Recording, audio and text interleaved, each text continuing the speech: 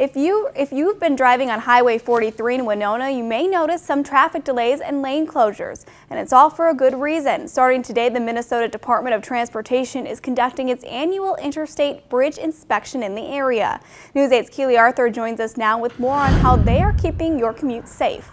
Brittany, while bridge collapses are rare, when they do happen, they can be deadly. That's why the Minnesota DOT is inspecting thousands of bridges this summer, including the 75-year-old Highway 43 bridge in Winona. Thousands of Wisconsinites and Minnesotans rely on the Highway 43 bridge in Winona to complete their daily commute.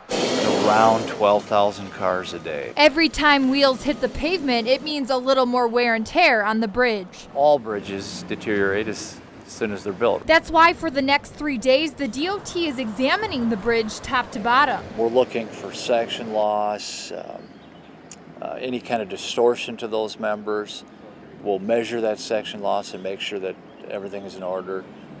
But really every element of the bridge gets looked at. Officials say a thorough inspection of every steel member is necessary to keep people safe. If that member were to fail, that tension steel member were to fail, the bridge would probably collapse or there'd be a partial collapse. And the time committed to checking everything is key to avoiding a repeat of an engineering failure that caused the I-35 bridge in Minneapolis to collapse, killing 13 people nearly 8 years ago. Missing something could result in a failure where people could get hurt. In an effort to catch dangers as they come, each bridge in Minnesota is checked every 1 to 2 years, as are most bridges in the U.S. Every state is required to do the inspections that we're doing.